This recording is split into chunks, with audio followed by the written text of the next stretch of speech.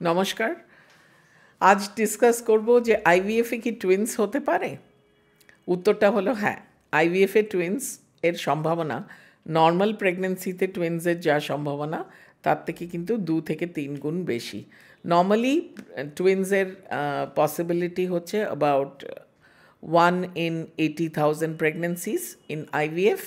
Chance of twin বা triplet, আমরা এগুলোকে মাল্টিপল প্রেগনেন্সি বলে থাকি, ইজ অ্যাবাউট 15-20%.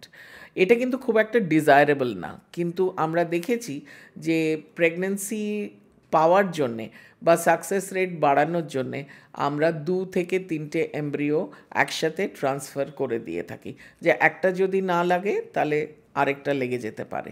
কিন্তু আমরা ভালো ভালো এমব্রিওগুলোকে বেছেই ট্রান্সফার করি। তো অনেক সময় দেখা গেছে যে হয়তো 2টো এমব্রিও দিলাম, দুটোই ইমপ্লান্টেশন হয়ে গেল, দুটোই লেগে গেল। In that case twin pregnancy হয়ে যায়। টুইন প্রেগনেন্সি খুব তাড়াতাড়ি বোঝা যায়।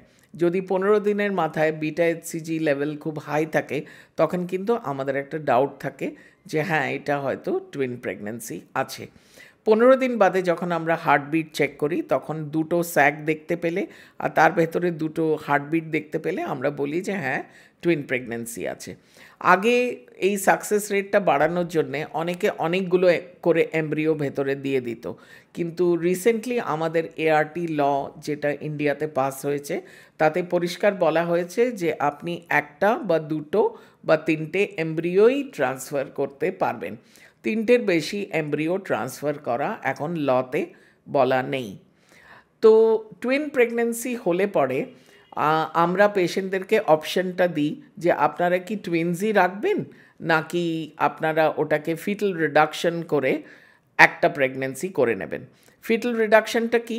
ফিটাল রিডাকশন হচ্ছে যে আমরা একটা ছোট্ট ইঞ্জেকশনের মাধ্যমে একটা টুইনকে 8 থেকে 12 সপ্তাহ যখন ওর বয়স, তখন আমরা ওটাকে শুকিয়ে দিতে পারি। শুকিয়ে দিলে কি হবে, ওটা শুকিয়ে গিয়ে ছোট হয়ে পাশে পড়ে থাকবে, আর অন্য যে প্রেগনেন্সিটা সেটা কিন্তু ভালোভাবে গ্রো করবে। কলকাতায় এই ফিটাল রিডাকশনের ব্যবস্থা রয়েছে। যদি কোনো পেশেন্ট টুইন ক্যারি না করতে চায়, তাহলে কিন্তু ফিটাল রিডাকশনের ব্যবস্থাও উর্বার আইভিএফে রয়েছে। অনেক সময় দেখা গেছে যে মায়ের কিছু একটা মেডিকেল কন্ডিশন রয়েছে, তাতে টুইন ক্যারি করা আমরাই মেডিকেলি অ্যাডভাইস করছি না। যেমন ধরুন, সে অনেক ওবিজ, বা তার অনেক হাই প্রেশার আছে, বা তার কোনো কিডনির সমস্যা আছে, বা তার এমন কিছু রোগ আছে যেটাতে সে টুইন ক্যারি করতে পারবে না। করলে পরে অনেক কমপ্লিকেশন হবে এবং মায়ের ঝুঁকিটা অনেক বেশি বেড়ে যাবে। তখন এই ক্ষেত্রে কিন্তু আমরা মেডিকেলি অ্যাডভাইস করে থাকি যে না, আপনারা ফিটাল রিডাকশন করিয়ে টুইন থেকে সিঙ্গলটন প্রেগনেন্সিতে চলে আসুন। টুইন দেখতে খুব ভালো লাগে। 2টো বাচ্চাকে কোলে নিয়ে ফটো তোলা আমার one of my favourite poses. আর কিন্তু টুইন কিন্তু is not a very desirable form of IVF success.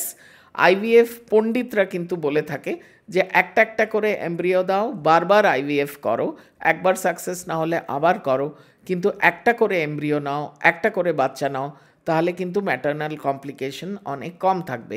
কিন্তু ইন্ডিয়াতে আমি দেখেছি যে টুইন প্রেগনেন্সি এলে পরে বাবা মারা খুব খুশি হয়ে যান। অনেকে মনে করেন বাই 1 get 1 ফ্রি, একটা কিনেছিলাম 2টো বাচ্চা পেয়ে গেলাম, একসাথে ফ্যামিলি কমপ্লিট হয়ে গেল, ফ্যামিলিটা ব্যালেন্স হয়ে গেল। এইসব অনেক রকম থট প্রসেস তাদের মধ্যে কাজ করে। যদি ক্যারি করতে পারে, তাহলে তাদের কিছু প্রিকশন নিয়ে ভালোভাবে যদি তাদের চিকিৎসা করা হয়, তাহলে কিন্তু টুইন প্রেগনেন্সিরও মা বাবা হতে পারেন আইভিএফের পরে। তবে হ্যাঁ, এটা মনে রাখতে হবে যে আইভিএফ করালে টুইন প্রেগনেন্সির সম্ভাবনা কিন্তু নর্মালের চেয়ে একটু বেশি।